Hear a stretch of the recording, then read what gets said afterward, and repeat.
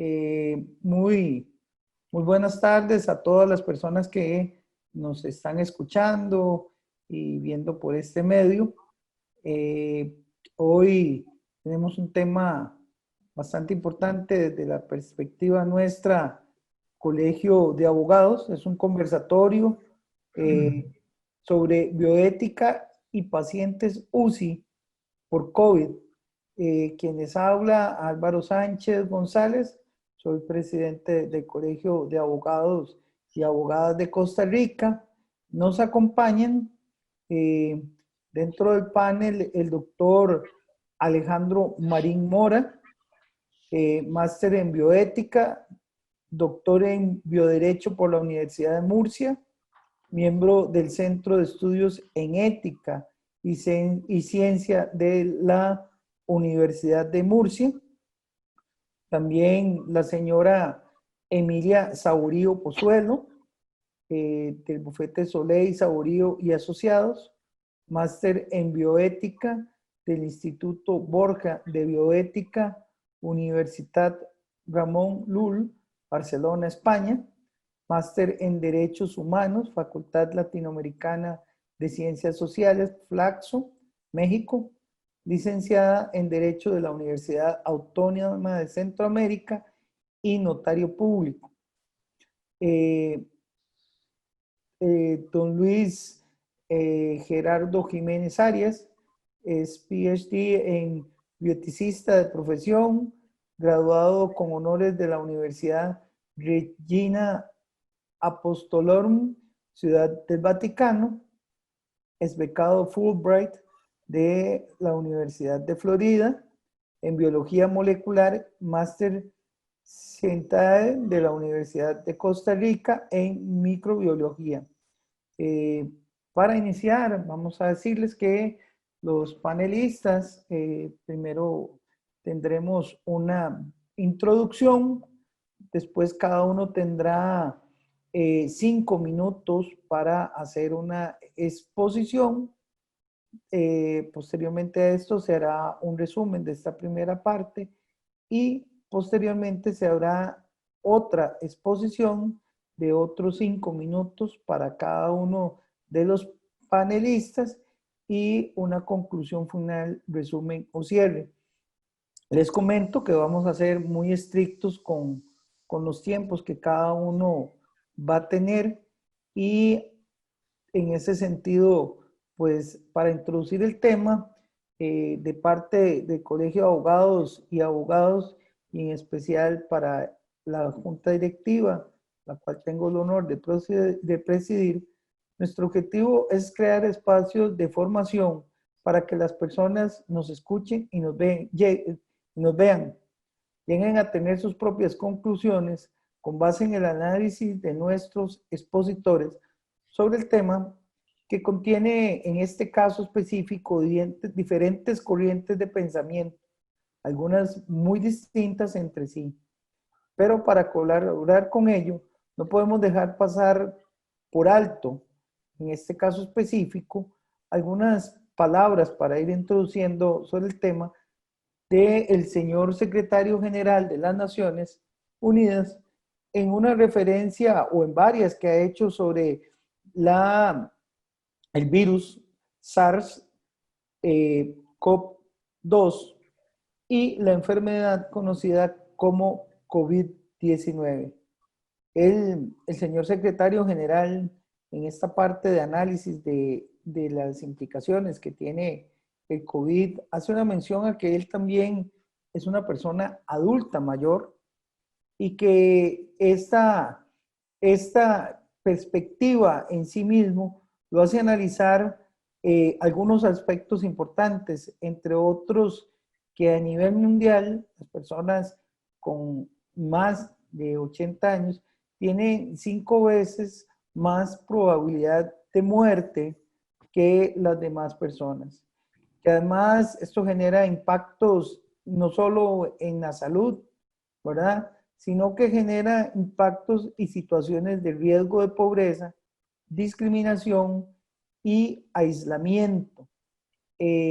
Para él, en alguna mención específica, algunos de sus relatos, Dice que ninguna persona, joven o vieja, es prescindible, ¿verdad? En ese sentido, hace referencia también a nuestra preocupación sobre el COVID-19 y este impacto, que se debe respetar los derechos de todas las personas y la dignidad de todas las personas, independientemente de su edad, si es joven, niño, anciano, anciana, etc. Entonces, para iniciar, en este momento le vamos a dar la palabra al doctor Alejandro Marín, para lo cual tiene los 5 minutos correspondientes. Un gusto tenerlo por acá, doctor Marín, y esperamos su exposición para esta conversatorio. Bueno, muchísimas gracias al Colegio de Abogados. Un saludo especial a los panelistas que me acompañan el día de hoy, al presidente del Colegio de Abogados y Abogadas, el señor don Álvaro Sánchez.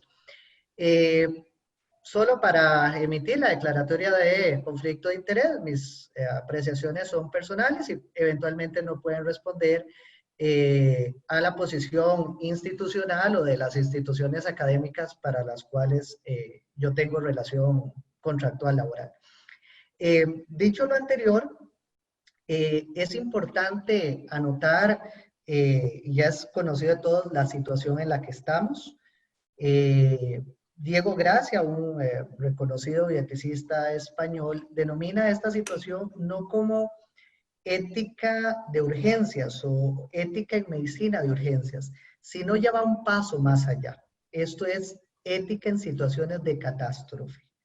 Y bajo esa connotación de una catástrofe es donde eventualmente algunos servicios hospitalarios, sanitarios, recurso material y recurso humano se pueden ver desbordados, saturados y llegar a una situación de colapso, a una situación en donde la oferta y la demanda se desbalancean. Entonces los países se han visto en la necesidad, en la obligación. Por eso lo denominamos medicina o ética en la medicina de catástrofe, porque no es una situación convencional. En medicina de urgencias, pues lamentablemente ocurre un accidente de tránsito, llegan 3, 4 personas a un centro hospitalario, otros son trasladados a otro centro, hay una coordinación y no hay un desbordamiento de los servicios sanitarios. Pero esto va más allá. Entonces nos obliga a una situación que se contempla dentro del derecho a la salud, que es la priorización. La priorización en estas situaciones responde al principio de justicia distributiva, que es uno de los 4 principios bioéticos, y según la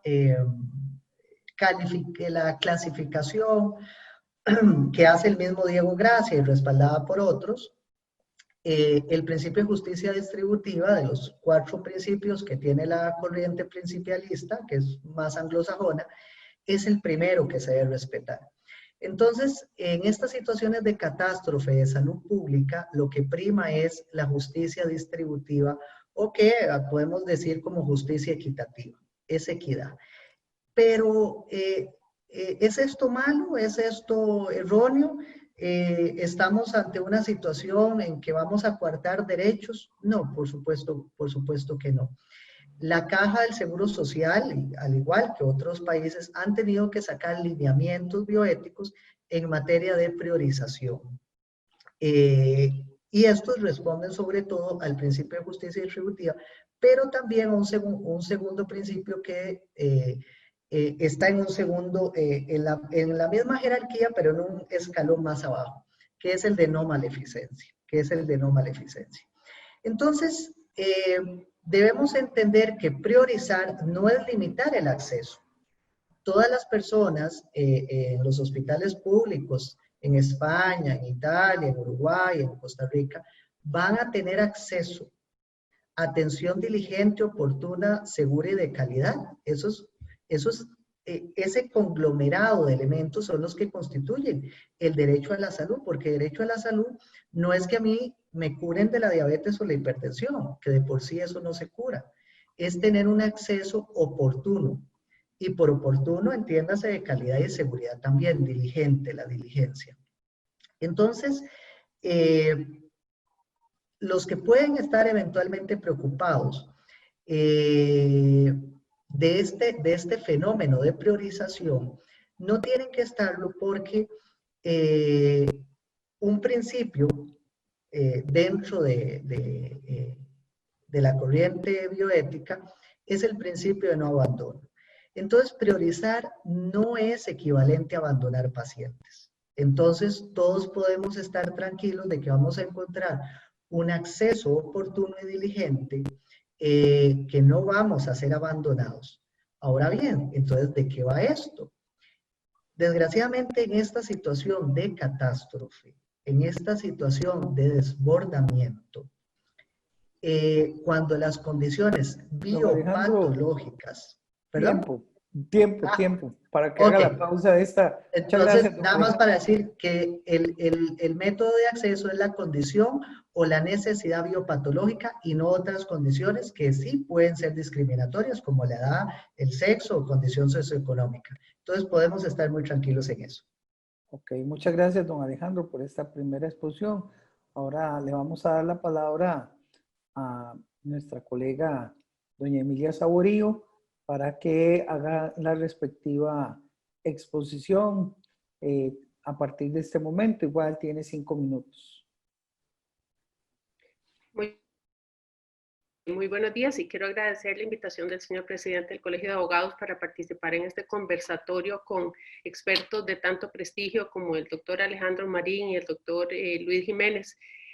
La priorización en la asignación de recursos es definitivamente un tema controvertido, pues sí considero yo como abogada que constituye un derecho, una limitación al derecho fundamental al acceso a la salud. Justificada o no justificada, pero es una limitación porque no voy a tener el acceso que requeriría si no hubiera limitación de recursos.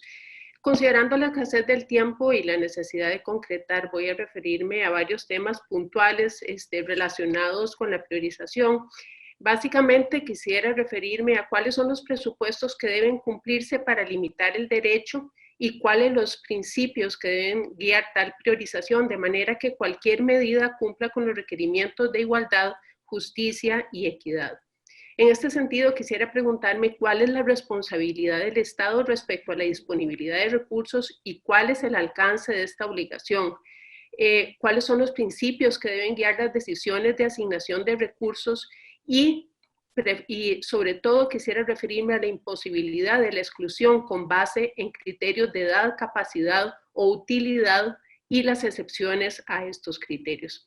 Con respecto a la disponibilidad de recursos, es necesario tener presente que de acuerdo a los tratados internacionales de derechos humanos es una obligación del Estado derivada de sus obligaciones de proteger, promover y garantizar el acceso a la salud, lo que implica el acceso a dispositivos y medicamentos suficientes. ¿Cómo determinamos el cumplimiento de esta obligación? Las disposiciones internacionales en materia de derechos humanos establecen que el Estado deberá demostrar que ha hecho todos los esfuerzos posibles para invertir el máximo de los recursos para garantizar el acceso al mejor nivel posible de salud. Respecto a la priorización solo puede darse como un segundo paso, una vez que el Estado ha demostrado, teniendo la carga de la prueba en esto el Estado, que efectivamente ha hecho todos los esfuerzos para organizar los presupuestos de manera que ha invertido la máxima cantidad posible para garantizar el acceso al mejor nivel posible de salud, no a una atención caritativa ni paliativa cuando no tengo posibilidades de tener acceso a medicamentos o dispositivos que me garanticen el derecho a la vida. Esta priorización debe ser excluyente y únicamente en forma excepcional por cuanto el Estado está imposibilitado para establecer medidas regresivas en el acceso a la salud. Determinada ya la imposibilidad de cumplir, corresponderá al Estado establecer criterios de priorización. ¿Qué principios o valores deben aplicarse para la definición de estos criterios? Deben garantizarse principios de igualdad. ¿Qué significa? Que la asignación de los recursos que ya son escasos en tiempos normales, pero que en casos de una pandemia, una catástrofe como en la que estamos, simplemente se estresa todavía más el sistema sanitario, deben aplicarse los mismos principios. Igualdad, todo ser humano tiene derecho, tiene igual dignidad, igual valor e igual derecho a gozar de la salud, debiendo garantizarse, por tanto, el acceso a todos los productos sanitarios de calidad científicamente comprobada. ¿Qué vamos a hacer si hay un momento en que hay que decidir entre uno y otro paciente que igualmente son seres humanos con derechos iguales? Fundamentarnos en principio de justicia distributiva. Todos tenemos derecho a acceso, por eso los adultos mayores, los incapaces, las personas vulnerables tienen derecho a acceder a estos medicamentos y dispositivos, no siendo aceptable la utilización de criterios discriminatorios ni utilitaristas. Por el contrario, en las poblaciones vulnerables que puedan ser definidas como tales por las diferentes condiciones de vida y su contexto, es obligación del Estado tomar medidas afirmativas, una discriminación positiva para garantizar el acceso a la salud en la mayor medida posible. ¿Cómo se definen estas normas o estos criterios de priorización? Dando participación a todos los sectores. Se nos acabó el tiempo de los Sí. 5 minutos. Yo sé que son rapidísimos, ¿verdad? Pero puedo dejarlo para el resto de este conversatorio que ya perfila demasiado interesante. Don Luis, también tiene 5 minutos a partir de este momento, por favor. Muchísimas gracias, licenciado Álvaro Sánchez. Bien, los pacientes COVID, de acuerdo al Sindicato de Especialistas Médicos o Sindicato de Médicos Especialistas de Costa Rica, señalaron recientemente en estos días que nuestros sistemas de salud están por colapsar y les llama mucho la atención de que la pandemia nos va a mostrar su rostro más doloroso cuando se tenga que escoger entre un paciente y otro paciente COVID. Ahora bien, el mismo sindicato hace un llamado para que nos alejemos de las recomendaciones de la OMS y tomemos decisiones autóctonas, adaptadas realmente a nuestras necesidades.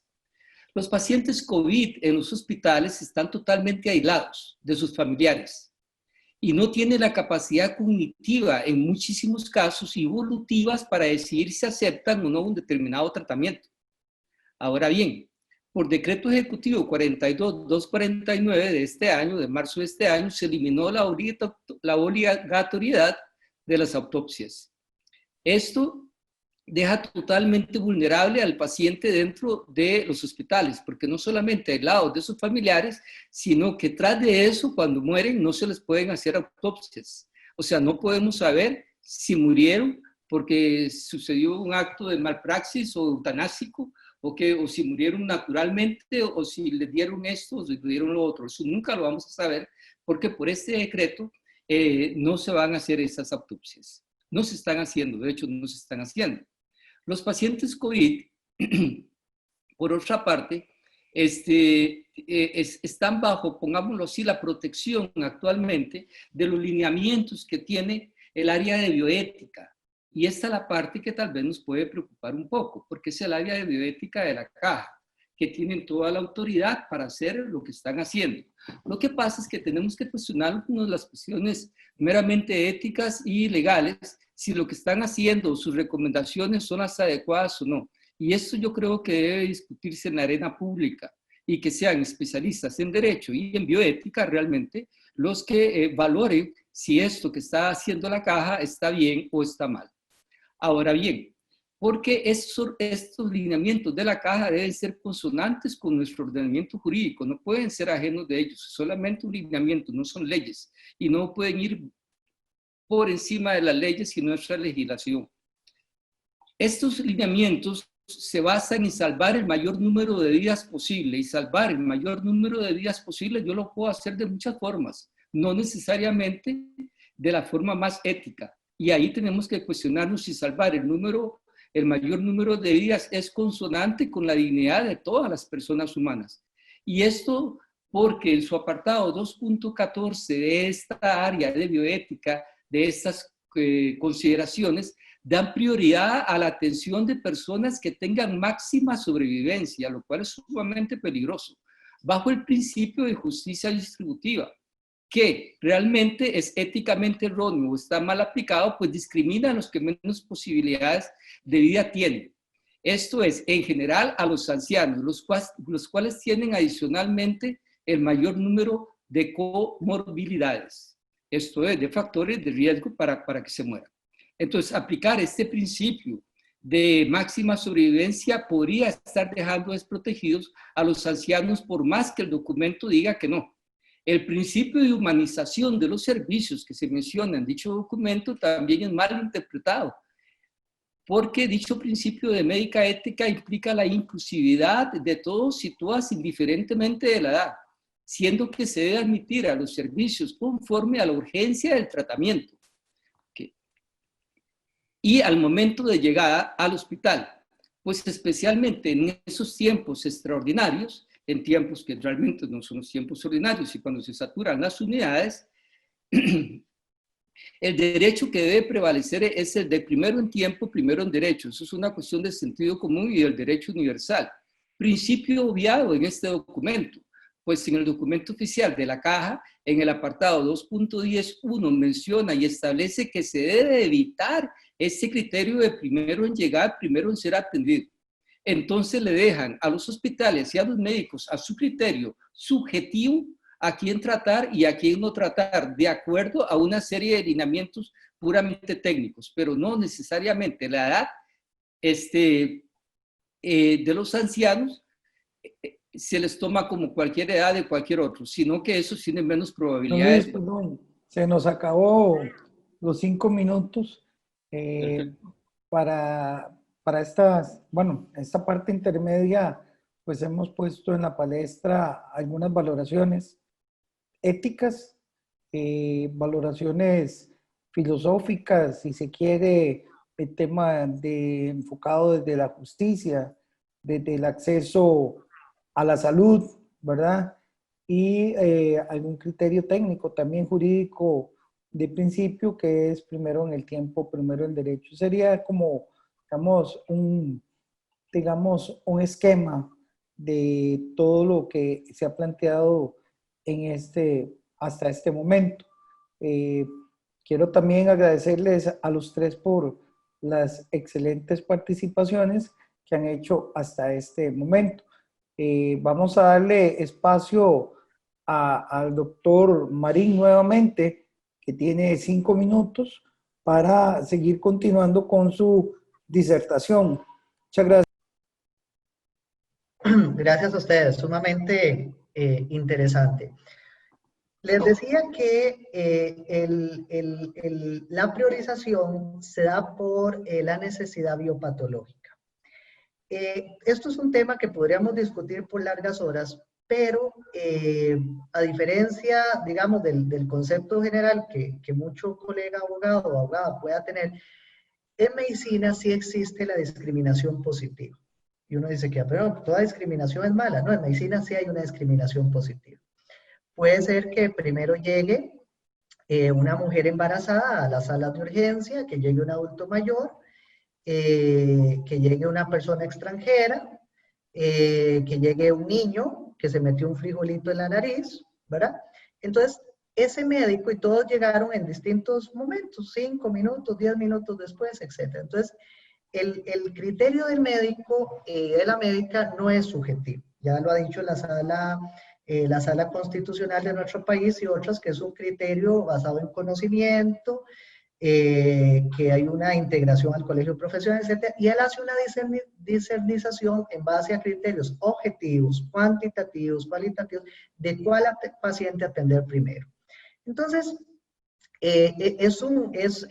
digamos, es un error conceptual considerar el criterio de primero en llegar, primero en ser atendido. Ya estos lineamientos que elaboró la Caja del Seguro Social son respaldados por la Conferencia Episcopal, porque prácticamente lo que dijo la Conferencia Episcopal hace unos días atrás son los mismos lineamientos que emitió el área bioética. Y esto nos lleva a un mito, esto nos lleva, yo lo denomino mito, pero otro error conceptual es que el único error conceptual que yo le encuentro a lo que elaboró la Conferencia Episcopal es hablar de eutanasia pasiva. La eutanasia pasiva no existe, es un error conceptual, solo hay un tipo de eutanasia, y ustedes lo pueden ver en el artículo 115 y 116 del Código Penal. Si hubiesen más tipificaciones de la eutanasia, del homicidio por compasión, pues el legislador las hubiera contemplado en el Código Penal. Entonces, no existe. Eso es un error que data de 1994 en el informe de Sir Walton en Inglaterra, cuando en un consejo del Senado se publicó un documento y la mala traducción y la mala interpretación, etcétera, originaron un montón de eutanasias, pasiva, involuntaria, indirecta, y eso no tiene razón de ser, solo hay un tipo de eutanasia, ¿verdad? Entonces, y es ilegal en el país, entonces no tenemos que tener preocupación de que en nuestros hospitales esté ocurriendo eso, porque es un delito y eso no ocurre en ningún hospital, ni público ni privado. Y si así se detecta, pues que se denuncie y punto, o sea, pero eso aquí no pasa. Entonces, priorizar no es discriminar, porque usted prioriza en base a objetivos, a criterios claros, en base a estándares, criterios clínicos. Entonces, yo hago una selección, una clasificación, el famoso triage canadiense, etc. Entonces, yo veo a quién le doy prioridad. Entonces, priorización no es discriminación, no es discriminación, siempre se hace. Solo que en estos momentos pues se ha hecho más de relieve, pero la priorización existe desde que existen los seguros bajo el modelo de Bismarck o el modelo anglosajón, etc. Y por último, quería referirme a que los principios que sacó el área de bioética del CENDEIS, o sea, la Caja del Seguro Social, pues lo sacaron otros países, ¿verdad? Solo México cometió un error por ahí de hacer una discriminación muy clara, pero rápido, fue porque el Ministerio de Salud, la Secretaría de Salud Mexicana, no le pidió consejo a Conbioética, que es el Consejo de Bioética Mexicano, pero rápidamente, en cuestión de 48 horas, ya se habían retractado. Eso fue un grave error, ¿verdad? Pero para que vean que esto no es ajeno y no es discriminatorio. Y lo último de mi mensaje, como médico, decirles que lo fundamental en estos casos, en estos tiempos, es la ética de la virtud, templanza, justicia, fortaleza y prudencia, y que la prevención es la mejor herramienta que podemos, como ciudadanos, ética civil, roles, de ser conscientes y ayudarnos entre todos, ser solidarios, para evitar esa situación de saturación de nuestros centros de salud. Así es que mascarilla, lavarse bien las manos y la distancia social, ¿verdad? Porque ya se me cumplieron los 5 minutos que tenía en el cronómetro. Exacto. Muchas gracias, don Alejandro.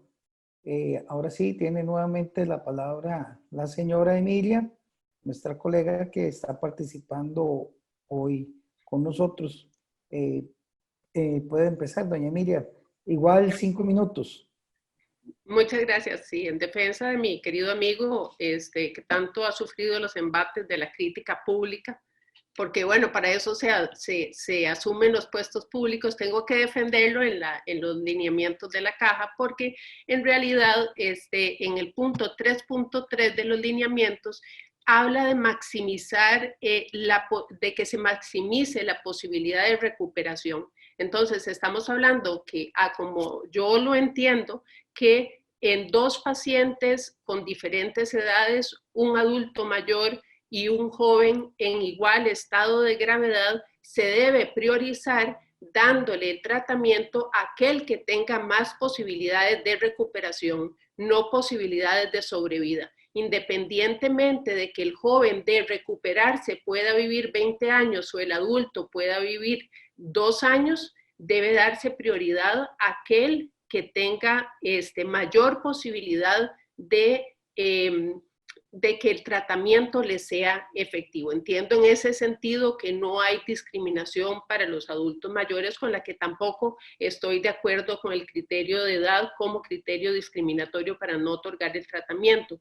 También estoy de acuerdo con el doctor Marín con respecto a no primero en el tiempo. ¿Por qué razón? Porque el criterio de no primero en el tiempo parte de la presunción de que todos somos iguales, y no todos somos iguales. Habemos quienes tenemos automóvil, habemos quienes vivimos alrededor de los hospitales, quienes tenemos más accesibilidad física a los recursos disponibles del Estado y quienes no. Entonces, al llegar a un centro hospitalario a solicitar atención, es importante que el médico que va a tomar la decisión antes de practicar el acto médico tome en consideración el contexto social de la persona que está requiriendo de atención y tome en consideración el estado de gravedad y una serie de criterios que se deben valorar en forma conjunta. Ello no quita que sea muy importante que estos criterios y estos lineamientos que ha emitido la Caja y que era con lo que quería concluir anteriormente, estos lineamientos de la Caja deben ser sometidos a participación de todos los sectores de la población para que todos los que no estamos en el Comité de Bioética de la Caja o no estamos en el CENDEIS podamos opinar sobre y enriquecer la discusión sobre la forma de resolver esta crisis que nos afecta a todos. La discusión y los parámetros deben hacerse públicos, deben ser transparentes y deben ser aceptables socialmente. En esta medida, los criterios de la OMS son una válida guía, pero debemos llegar a la tropicalización, como normalmente decimos, de las normas éticas que deben regir a nuestro país de acuerdo a nuestra idiosincrasia y a nuestra convicción del valor de la institucionalidad y de la democracia. Y además, estas guías deben ser sometidas a revisión constante con el avance de la evidencia científica, que en un seminario reciente se decía que para estar al día en el avance y en el conocimiento de la evidencia científica habría que leer 6,000 artículos científicos al día. Pero bueno, si entre más hagamos el esfuerzo entre todos por acceder a esas normas, acceder a la experiencia internacional en el manejo de esta crisis, pues mejor podremos establecer lineamientos aceptables socialmente, aceptables éticamente y aceptables médicamente, de manera que le permitamos al profesional sanitario que tiene que tomar la decisión saber qué va a hacer. Siento que esto le falta un poco a los lineamientos de la Caja. Yo creo que deberían establecer las situaciones específicas que se pueden presentar y soluciones específicas para los casos concretos, de manera que no se requiera una gran análisis de parte de los médicos que tienen que tomar la decisión, sino que existan ciertos criterios que estén sumamente claros para que los médicos puedan tomar la decisión con la premura con que se requiere en caso de una catástrofe como la que estamos viviendo. Muchas gracias, doña Emilia. Muy, muy exacta, por cierto. La felicito. Don Luis también tiene la palabra por los próximos 5 minutos. Muchísimas gracias. Evidentemente, algunos geriatras he escuchado han dicho que los ancianos en este momento no son la prioridad en las salas de emergencias, ¿no? ¿Por qué no son la prioridad? Porque el documento que hago mención del área de bioética insiste bastante en la no discriminación por edad, cuando en realidad es un documento edadista. Insisto, es un documento totalmente edadista, que hay que analizarlo bajo la lupa jurídica de Costa Rica. Pues establece en el 2.51 que la edad cronológica en ningún caso debe ser el único elemento a considerar al ingreso a las UCIs. Óigame bien, no es el único elemento, pero sí es un elemento, porque tácitamente dice que es un elemento, pero no es el único, porque de otra forma la reacción sería que la edad cronológica nunca debería ser un elemento, pero la reacción dice que no es el único elemento, sí es un elemento porque está escrito. Menciona el documento elaborado por el área de bioética, ¿okay?, que esto debe solamente aplicarse cuando se han desbordado los servicios de salud. O sea, que sí reconoce que en tiempos ordinarios no se deben de aplicar, que se deben de aplicar únicamente en tiempos extraordinarios. que la edad debe ser tomada en cuenta porque es lo que aquí dice y lo que se lee textualmente.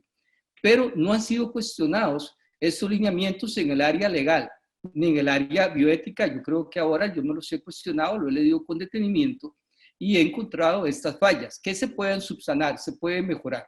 Pero hay algo gravísimo en este documento. Lo más grave de todo es que recomienda tomar en cuenta un concepto totalmente utilitarista, de dar prioridad a las personas con más años de vida ajustados a su calidad de vida. Este Quality Adjusted Life Year fue en 1990 cuestionado severamente por la Asociación Médica Americana y publicado en el Journal of the Medical Association.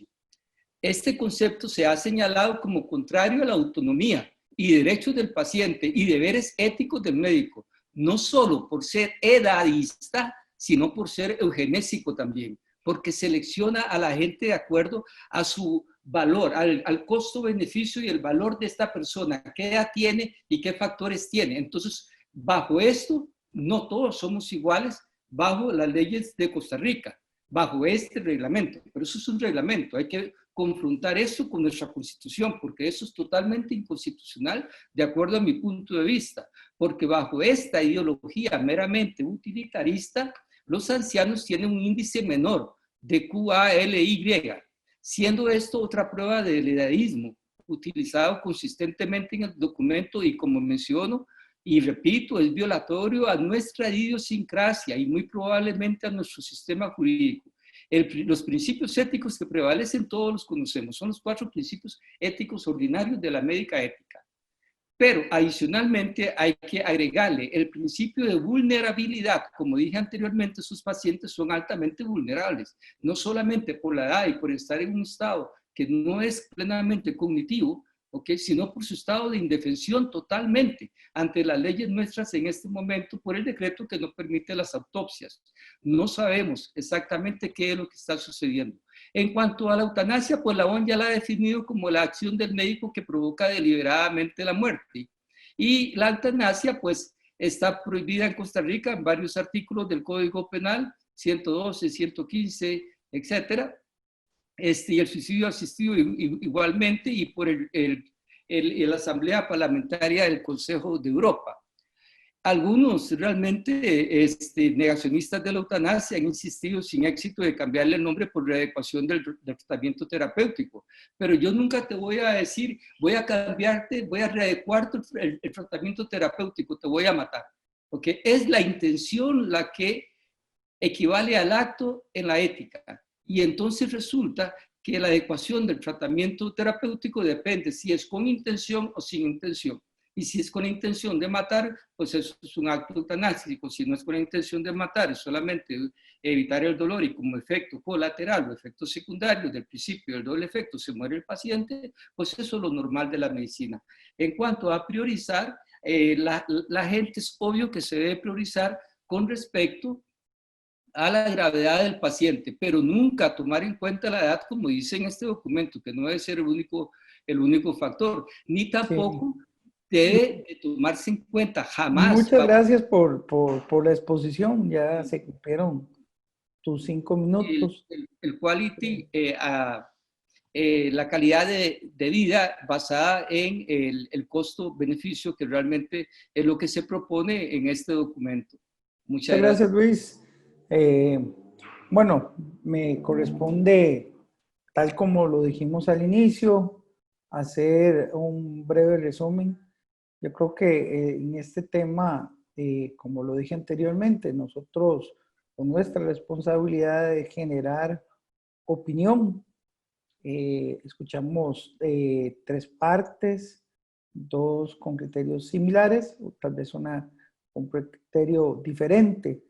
Pero como decía, aquí la idea es generar opinión sobre cómo se han tomado los análisis para los lineamientos que dicta la Caja Costarricense del Seguro Social sobre este tema, su valoración, qué pensarán nuestros y nuestras colegas, pero también los y las personas ciudadanas que nos van a escuchar luego de esto. Yo creo que hay temas que son muy relevantes por ejemplo, el tema de priorización, las características que eso reúne, en qué condiciones se puede priorizar, en cuáles no, pero también esto genera un debate ético-jurídico que en algunos casos puede ser incluso resuelto por nuestras autoridades judiciales, que per se son parte de este gremio, pero que nos llevan a esa reflexión